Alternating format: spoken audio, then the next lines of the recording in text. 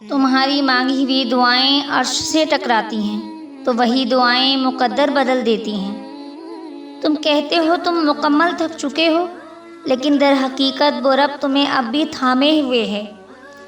دیکھو یوں زندگی سے مایوس نہیں ہوا کرتے، اللہ ضائع نہیں کرے گا تمہاری دعائیں اور تمہارا صبر۔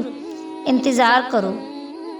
دیری فقط اس لیے بھی ہو رہی ہے کیونکہ تمہاری آواز اللہ کو پسند آ چکی ہے، اور پھر دیکھو گے اللہ کو تمہاری خالی جھولی اپنی رحمت سے بھرتے ہوئے۔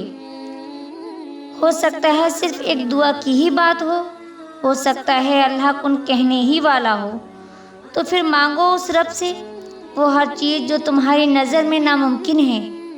دعائیں تقدیر بدل دیتی ہیں۔ قسمت کا رونا مومن نہیں روتے۔ زندگی میں ایک چیز لازمی تمہارے کام آئے گی، تمہارا اللہ کے خاطر صبر کرنا۔